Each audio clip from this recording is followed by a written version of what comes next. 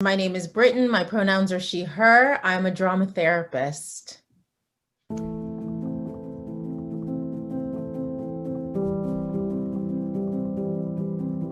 The monsters that I'm talking about are very much the ones that are real, that live within and around us, that surround us, that are part of our daily experiences, that perhaps we don't even name as monsters, but are very much there, very much scary, very much lash out in different ways.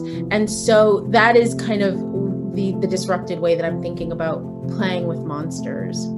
The thing that we have at our ready is using creative ways to think about things that are otherwise really difficult to talk about. And so a lot of times I walk into spaces and they're like, oh my gosh, we're going to be talking about anti-racism, anti-oppression. And there can be a freeze that happens. And as soon as I introduce creative, sometimes even playful ways of exploring these really difficult and challenging discussions, because of course, as I always say, these discussions are not just conceptual. They don't just situate as concepts. We are living, breathing, embodying, enacting them. And so that's where the danger, where the raised heartbeat comes when I walk into a space and say, we're going to talk about racism and oppression and our experience and relationship to power and privilege and oppression, that is felt internally for folks. And so much like we do in the work of creative arts therapies, I take a different entry point into the conversation and say, let's start from a place of creativity. Let's think about this in a different way. And it just offers a new way for us to explore a very old and repetitive and chronic system and situation that we often are finding ourselves in, whether we speak to it or not.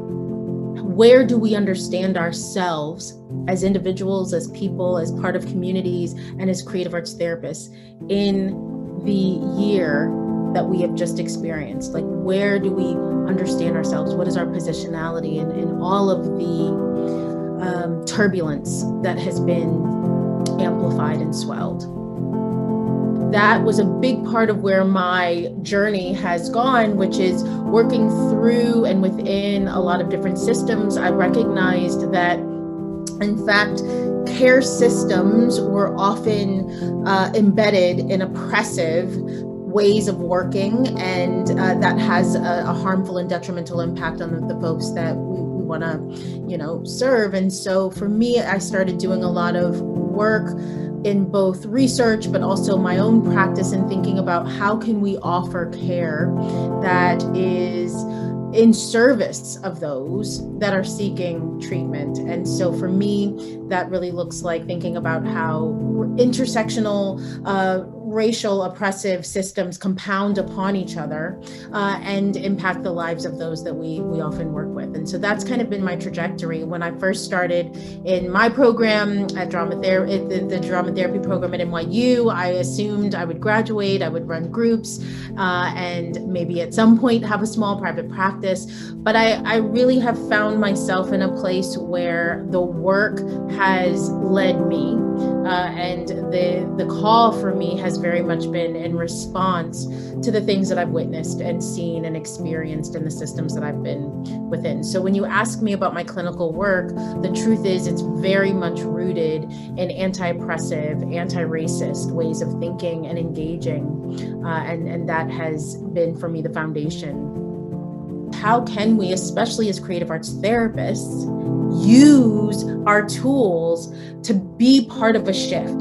The arts throughout history have been part of every big change, every big pushback, every big protest. The arts are foundationally and core embedded in these. And so it gives us a knowing that we do have some entry point with the creative leanings that we have to be part of that change, to be part of the justice that we want to see. And so I invite us to all think about this kind of interplay, the ways in which we've been complicit, the ways in which we have perpetuated some of these isms and obias that present themselves, that are part of these larger oppressive systems, but also how can we show up as with ourselves, with our full selves, and our creative capacities to be part of the change that hopefully we do want to see.